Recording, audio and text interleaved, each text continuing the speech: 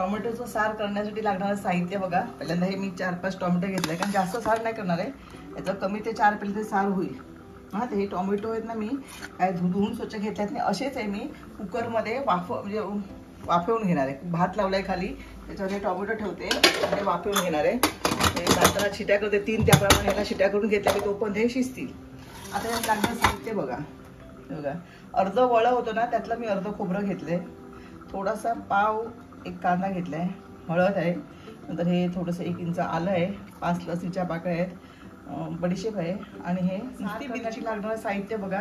अर्ध वळं होतं ना, त्यातलं अर्ध खोबरं घेतलंय, नंतर पाव चमचा हळद घेतली आहे, थोडासा पाव कांदा घेतला आहे, हे 1 इंच आलं आहे, लसणीच्या 5 पाकळ्या आहेत, हे धणे आहेत 1 चमचाभर, हे बघा, थोडीशी बडीशेप घेते चिमूटभर, आणि हा नुसती मिरची पावडर आहे ना, 1 चमचाभर मी मिरची पावडर घेतली आहे. आता हे वाटप मी सगळ्यात पहिल्यांदा लावून घेते आणि हे वाटपला जसं ठेवणार आहे. टोमॅटो उकडले, थंड झाले की नंतर ते टोमॅटो पण त्यात वाटून घेणार आहे आणि नंतर फोडणी करताना तुम्हाला टोमॅटो उकडून घेतलेत ना, या साली आपोआप अशा येतात. या साली काढून घ्यायच्या. ते थोडंसं आम्ही पाणी घातलं नव्हतं, पण ह्या टोमॅटोना आपल्या अंगचं पाणी सुटलंय बघा, खाली दिसतंय तुम्हाला.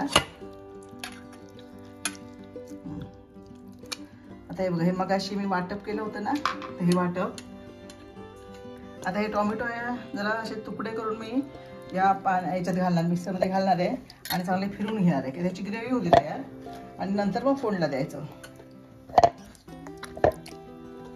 काय काय आपण असे कच्चे टोमॅटो लावून सुद्धा करता येतं. हा, कच्चे टोमॅटो मिक्सरला बारीक तुकडे करून मिक्सर लावायचे आणि त्याचं सार करायचं, आणि भरपूर वेळ उकळावं लागतं. हे ना, हे बघा, चांगले हे साली पण अशा ना या पाण्यामध्ये अशा चांगल्या धुवून घ्यायच्या, म्हणजे त्याला सालीला लागलेलं टोमॅटोचा गर आहे तो पण ह्याच्यामध्ये येतो. आता मी मिक्सरला लावून घेते. हे टोमॅटो ठेवलाय. आता ह्याच्यामध्ये 2 चमचे तेल घालते बघा, फक्त फोडणी पुरतं तेल. तोप चांगला तापला ना, तेल पण तापेल की नंतर मग आपण हे लसणीच्या पाकळ्या ठेचून घेतल्यात, थोडासा कढीपत्ता घालणार आहोत, मोहरी, अजून तापायचं आहे तेल चांगलं.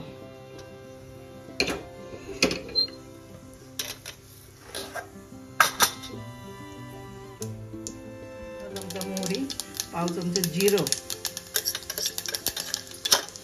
आणि पाव चमचा हिंग, लसूण आणि कढीपत्ता. हे चांगलं तेलामध्ये भाजून घ्यायचं, चांगलं फोडणी व्हायला पाहिजे, की सार मग चांगलं होतं.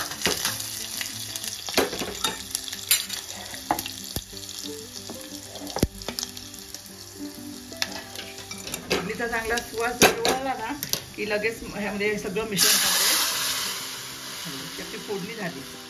आता हवं तेवढं पाणी घालायचं. पातळ हवं आहे, घट्ट हवं आहे, भाकरी बरोबर भातावर खायचं असतं ना. मिक्सर धुवून घातला, जरा घट्ट थोडंसं पाणी घालणार आहे आणि मीठ घालायचं. चांगली उकळ 5 ते 7 मिनिटं चांगलं उकळून घ्यायचं की आपलं हे टोमॅटो सार काय झालं. आणि ह्याच्यामध्ये हवं असं तुम्हाला कोकम पण घालायचं, थोडंसं आंबटपणा कमी असेल तर, पण शक्यतो कोकम नाही घातलं तरी सुद्धा चालतं. चवीनुसार ह्याच्यामध्ये मीठ घालायचं आणि चांगलं उकळून घ्यायचं. झाकण नाही ठेवायचं, झाकण ठेवलं तर बाहेर ओतू जाईल ना, म्हणून चांगलं उकळून घ्यायचं. नंतर तुम्हाला 5-7 मिनिटांनी दाखवते. आता चांगलं उकळलं आहे सार.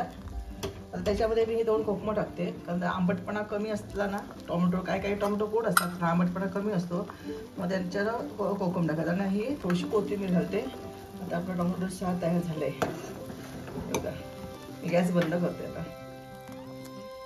तर म्हणजे हे बघा, एकदम माशाच्या सारासारखं टोमॅटोचं सार तयार झालेला आहे आणि त्याचा जो सुवास आहे ना, तो एकदम मस्त यायला लागलेला आहे.